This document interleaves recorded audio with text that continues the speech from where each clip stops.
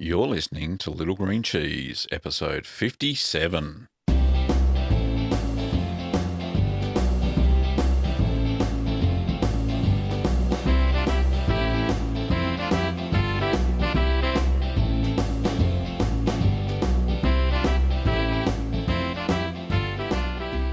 Well, welcome back, Curd Nerds. I'm Gavin Webber, and this podcast is where you can learn about cheese making at home. Well, I've been busy in the kitchen as always. This weekend just past, I made a smoked Gouda. Now, I didn't smoke the cheese in the traditional sense of cold smoking it. I actually used this product called Liquid Smoke that I managed to get from a barbecue supplier. The ingredients on the packet say that it's water and smoke. I'm not sure it's hickory.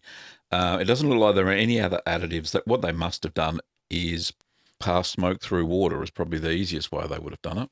A bit like, dare I say, a bong when somebody has some of the wacky backy.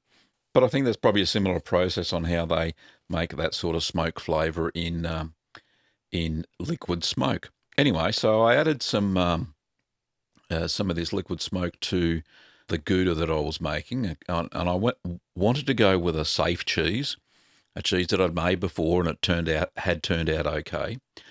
So I added 3.5 millilitres to the milk when it was about at 13 degrees Celsius, just as I was heating it up to the target temperature, well before I added any culture or any calcium chloride or rennet. So the cheese is air drying at the moment. I'm going to be waxing it tomorrow night because it's still a little bit moist. It's not quite touch dry. And we'll see how that turns out. It actually smells very smoky. It has an amazing aroma to it. So it'll be interesting to see what it turns out like. Anyway, there'll be a video on that probably in about 3, maybe 4 weeks' time. I've got a few other videos in the queue ready to show you. So anyway, we'll get on to the email questions. These have been taken from Ask the Cheeseman 6 and Ask the Cheeseman 7.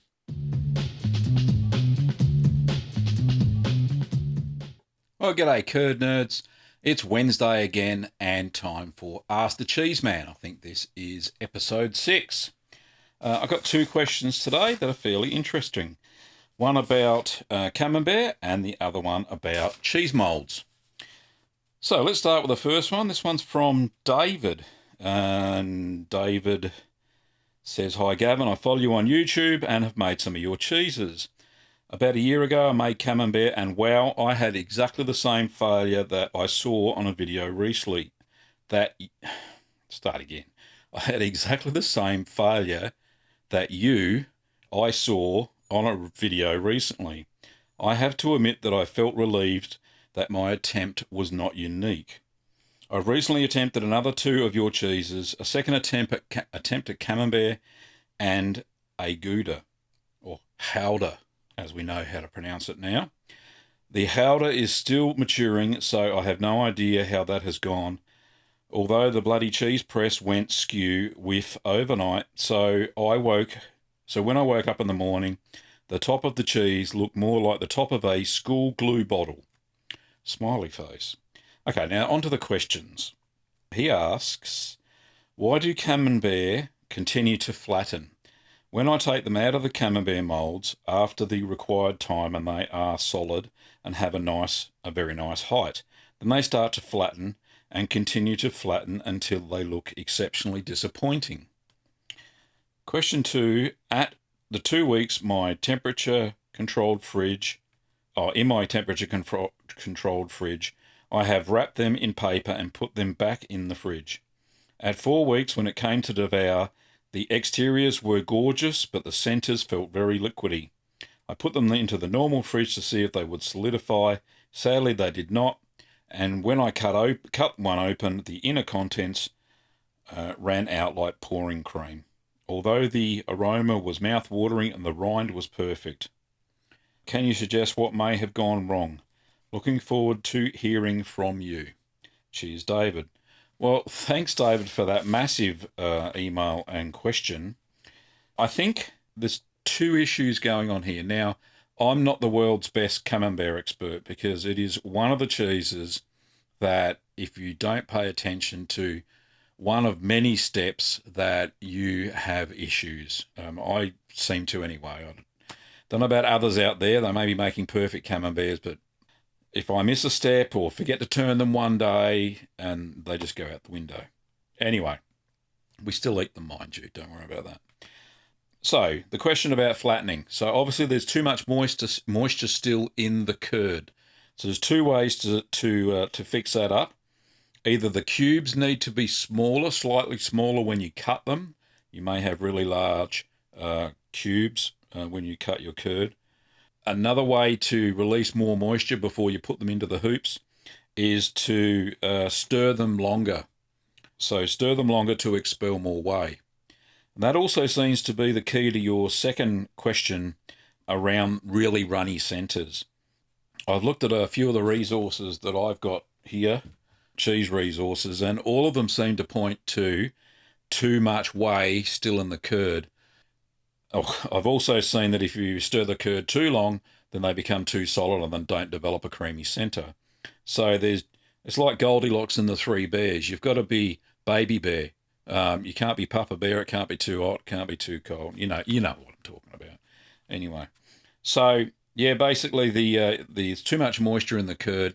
So when they go flat, as you've seen, if that happens within 24 to 48 hours, what you could do is to, like I did with my blue cheese, and that's rebatch it and then re-put them into the hoops, and they'll still be fairly moist, I would guess, and try them, save them that way, re-hoop them or into baskets, and that way they will then grow the white mold again and go for it. Now, another thing around the second question that you asked around the fridge kind of piqued my interest. What I do at the 2 weeks, once I've wrapped them, once they've grown their mold, when I wrap mine now, and I've learnt this through experience, instead of putting them back in the cheese cave when they're wrapped, put them into the normal fridge, and that really does slow down the internal growth, because you don't want the really runny paste. You want it semi-smooth. So when you bring it back up to room temperature, when it's mature, it just kind of oozes out. It's not like pouring cream. It doesn't run everywhere. What is encouraging that you say that the aroma was great, because normally when it goes really runny, there's a really strong ammonia aroma. So you don't seem to have that issue. So I would say instead of putting them back into the cheese cave once you've wrapped them, pop them into the normal fridge instead. That slows down any potential mistakes or issues you've got with it. Try one at 3 weeks and then try the next one at 4 weeks, because usually you make a batch of 4. And you'll usually find somewhere in between the 3rd and 4th week, they'll all be great, especially you've got them in the fridge, they've slowed right down and you shouldn't have too many trouble. So give that a try, David, and see how you go. And thanks for your big question. Okay, the next question is from Jeff, and it looks like Jeff's from Canada. We get a lot of Canadians writing, which is fantastic. Hello to all you Canadians out there. Jeff says, hello, Gavin. I first of all wanted to thank you for your fantastic videos that I see on Facebook site recently and on YouTube. They are professionally done with attention to detail and make them a great tool to making cheese. Thanks very much, Jeff. Appreciate it, mate. In watching your video, the latest one on cheese mold removal, I've always wondered which mold is it that you use, mold as in basket, I think he's saying, because I often get too confused. Which mold is it that you used on the Butekäse to get the barrel roll shape, top and bottom edges to the cheese? Oh, okay. So when it bulges in the center, it's got a flat top, flat bottom, bulges in the center. Yeah, I remember that. Well, that's actually not a special mold. That's just because the cheese is really soft. If you have a look back at the Tilsit video, you'll find exactly the same shape. And if you look at the Havarti video, you'll see the same shape. So those softer washed curd cheeses tend to be quite soft. The mold I use is I'm using 165 ml mold. That's across the top. and it's the same height, 106. So that's 16.5 centimetres. Don't know what that is in inches. Sorry, you'll have to look it up yourselves. And it really is a good multi-purpose mould. I don't have any issues with it. In fact, I just made a Munster. I'm trying to perfect that due to the issues I was having, which I showed in a video recently. It's actually turned out to be quite large, so I've called it the Monster Munster, and I'll put some video pictures up and show the progress of how that's progressing. I thought I'd go large instead of the small failures. We'll see. If we're going to fail, we'll fail large this time. See how it goes. So yeah, that's just my 165mm mould, Jeff. And when I pull it out, and as it ages, as it air dries, it forms that barrel shape. The cheese does, all by itself. A bit of a miracle of cheese making. But thanks, mate, for your question. Really appreciate it.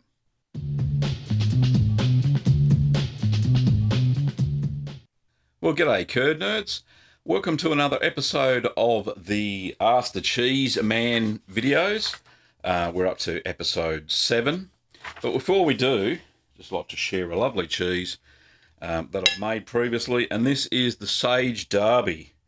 Kind of looks a bit like a blue cheese, the way the marbling happened. Now, you probably would have already seen the taste test for this cheese, but here we go. It's got a lot of, oh, pardon me.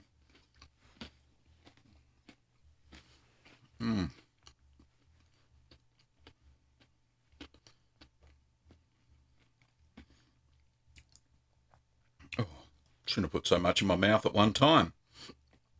Now, that was delicious because it's actually got a little bit more sharpness than it did when I first opened it, way back in the last month of, the last week of December. But yeah, it does taste a little bit more acidic. Definitely not like a cheddar. It actually has quite a smooth paste. And it's not sharp like a cheddar. But yeah, it does taste very, very nice. So highly recommend making the Sage Derby using the recipe that I've put up on the channel. Anyway, let's get to the question, shall we? So the first question is from Jesper. And Jesper asks, "Hi Gavin, I'm a great fan of your video tutorials. I must have watched them several times and now I've started myself. Thanks for all the hard work and for being such an inspiration. I have a few questions I hope you can answer." Thanks, Jesper. Yep, all right, let's have a go, shall we? How do you maintain the target temperature with your double boiler after you've reached it? Do you turn off the heat? I assume that the temperature will continue to rise a couple of degrees after it has been turned off. I have tried with water, but I find it very difficult. Okay, so let's answer that one. So I actually have made a video around heating your milk for cheese making. So I'll pop it up in the card up there. Check that out. Basically, if you haven't seen that video, then all I do is put a pot with about an inch of water, just a small one, and then pop the larger one on top. And I use the steam from the water to control the temperature of the cheese. I find it very reliable, and it doesn't overbalance, contrary to what some people have said on the comments of that video. It's never fallen off in any of the time that I've ever done it. And basically, you bring it up to temperature, and then you can take the big pot off. That's what I basically do. Take it off, so no more heat. The milk holds its temperature very well, and it stays consistent while the cheese is ripening or is setting after you put the rennet in. So give that a try. Another method of heating your milk is to put it into the sink. If you've got a sink that's large enough, as in not the milk, put the pot in the sink, and then put the plug in the sink and fill the sink up with hot water, and that'll act as a water jacket for your pot. And when your milk gets to the right temperature, all you simply have to do is pull the plug out and all of the heat goes away and it won't get any hotter. So that's 2 really good methods on how to heat your milk. The final one that I'll mention is that you can also, there's some, what are they called? Sous vide or something like that. It's a stick that you put into the hot water. So use the sink method again. pop it into the water, and this actually, you can control the temperature. It heats the water up over a certain period of time. It's good for those cheeses that you may be having issues with when you have to heat it up over a period of time from a low temperature up to a high temperature.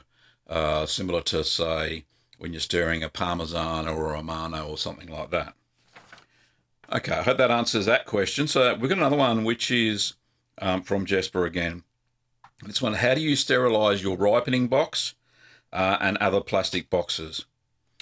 Well, basically what I do before each session is I do fill the sink up with hot water, put some detergent in there, wash them with hot soapy water, and then I rinse them off with hot water again. So that cleans the any plastic equipment that I've got, like the molds or the press, any cheese baskets I'm using or hoops, and definitely any of the ripening containers that I'm using, because they may have residual bacteria or molds in them.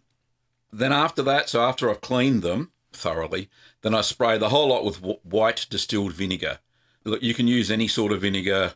White distilled vinegar is readily available, very cheap, and that tends to kill all the bacteria, molds and yeasts that may have accumulated on those. So then afterwards, I just wipe them off with paper towel, which you can get, no problems at all. And that way, completely sanitized, no fluff, no grease, no bacteria, no yeasts. So very simple. Some people do use bleach, and what you can do there is put 20 mils in 2 litres of water, soak your plastic equipment in that, and then rinse off thoroughly with water.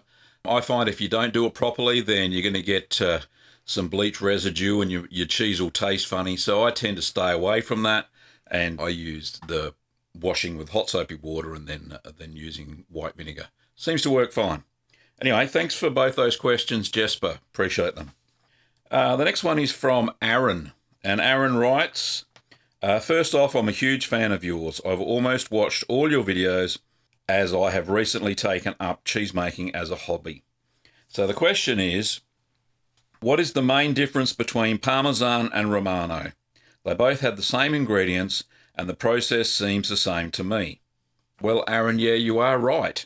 They do have similar ingredients and similar processes, but the real difference is that Parmesan is made with partially skim milk, or that is milk that is 2% milk fat, and Romano is made with full cream milk, so milk fat between 3.8 to about 4.1. There is some minor differences in the temperatures as well. I think Parmesan, you heat the milk up to a final temperature of 52 Celsius. Romano, I think, is 46 or 48, which makes all the difference in how much whey is expelled from the curds. They also taste a little bit different. Parmesan is a lot drier and sharper, and Romano has a fuller flavour, a richer flavour, but it's not as strong as Parmesan. So that's the answer. That's the main difference between Parmesan and Romano. Okay, the next question is from Happy Lee. Happy says, hi, what is rennet and calcium chloride? Is rennet different from calcium chloride? Well, Happy, yes, rennet is the enzyme that coagulates the milk. It turns it from a liquid into a solid. It comes in a few forms, mainly animal and vegetable rennet. And then there's another one which I'll talk about in a second. So animal rennet comes from the fourth stomach of an unweaned ruminant, so a cow, a calf, a baby sheep, lamb, and a kid, which is the baby of a goat. The enzyme is called chymosin, together with another enzyme called pepsin, curdles the milk produced by the mother as they suckle and turns into a solid in that stomach. And they're easily, they can digest it. So it's taken from a slain animal. That fourth stomach is actually salted and dried out, and they take a little bit of the stomach lining, which still holds the chymosin, put it into water, hold it there for about 24 hours, and then you have a liquid that's good enough for cheese making. And that's how you can buy animal rennet in most cheese making shops. There's another type which are vegetable rennets. So there's a few that you can source from the cardoon thistle. You can use fig sap. And there's another one which I've only heard of recently, which is Indian rennet, which is a vegetable rennet. The botanical name is Withania coagulans, and you actually have to soak that in water, and there's a little bit of a process to get liquid rennet out of that. However, the main form of vegetable rennet these days is made by using what's known as the fermentation-produced chymosin method. So with genetic engineering these days, what they've done is taken the gene that produces chymosin and they put it into certain bacteria or fungus or yeasts, and it makes them produce chymosin with fermentation. However, that genetically modified organism is not present in the final product because it is actually killed during the fermentation, and the chymosin is isolated from the fermentation broth, and then it is labelled as FPC chymosin, and it doesn't contain the genetically modified organism. It's identical to animal chymosin because it's been made that way, but it's more efficient. Most of the rennets today, you'll see, are actually fermentation-produced chymosins. And up to, I think, 80% of all cheeses in the Western world are made with chymosin. So, the next question is, what is calcium chloride? Well, calcium chloride is a type of mineral salt, and it's used to restore the balance and add back soluble calcium into the milk after it's been pasteurised or homogenised. So without calcium chloride, the renneting action is slowed if you use these types of milk. So it actually helps to set a very firm curd. It's typically mixed at about 2.5 ml or half a teaspoon into a quarter a cup or 60 mils of non-chlorinated water.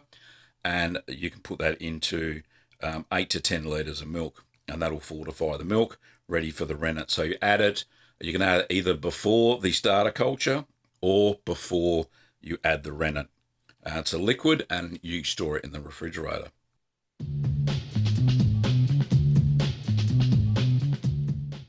Well, I hope you like those 2 episodes of Ask the Cheese Man.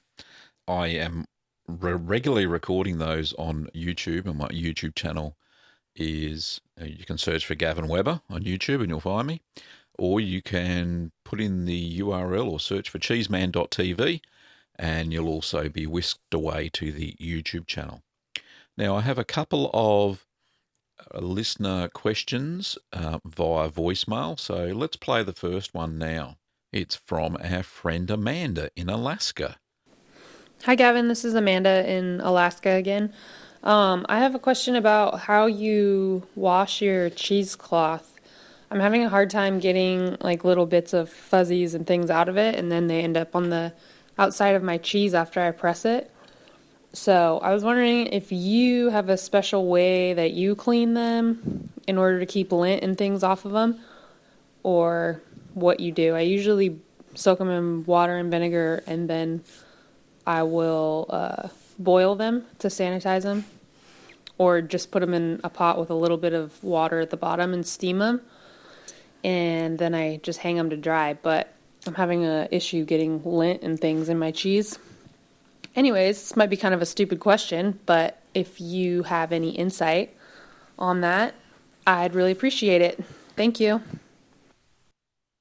Well, thank you, Amanda, for sending in another question. There's no such thing as a stupid question when it comes to cheese making. So, yes, I do have a little routine on how to clean my cheesecloths. So once I've taken the cheese out of the mould and I'm finished with the cheesecloth, basically I put it into my washing machine. I've got a front loader washing machine, and I don't put any detergent in the little dispenser thing.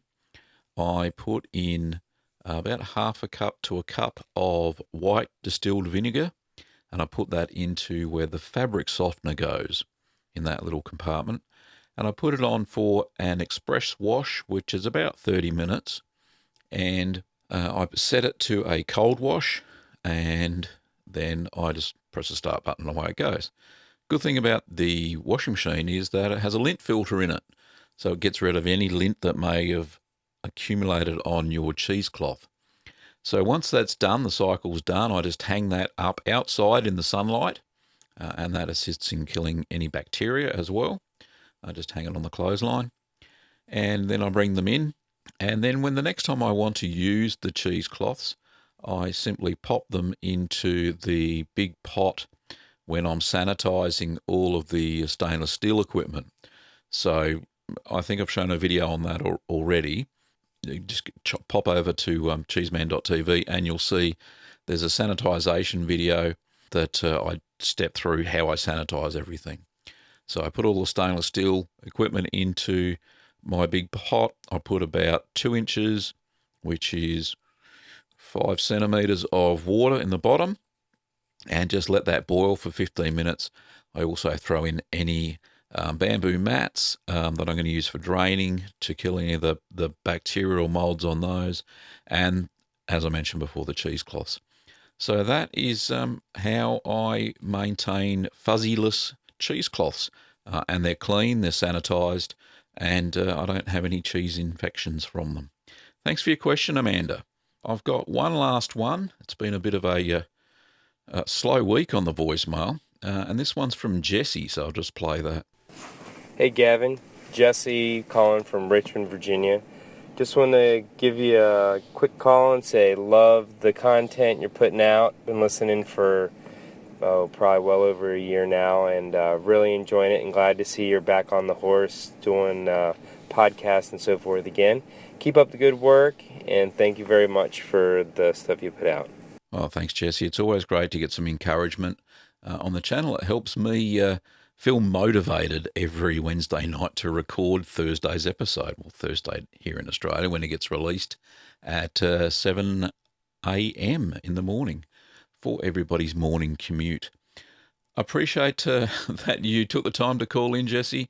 And if anybody else wants to call in for a voicemail question or just say thanks, pop over to littlegreencheese.com and you'll see that there's a SpeakPipe widget on the side on the right-hand side of the page browser if you're using a desktop. If you're using a mobile, then you can pop over to the Contact Us page and you'll see a little widget there that you can send a message through. And I love your messages, I really do. And I try and reply back to them if they're urgent via voice. And if they can wait for a week and wait for the podcast, then I'll reply back to them then.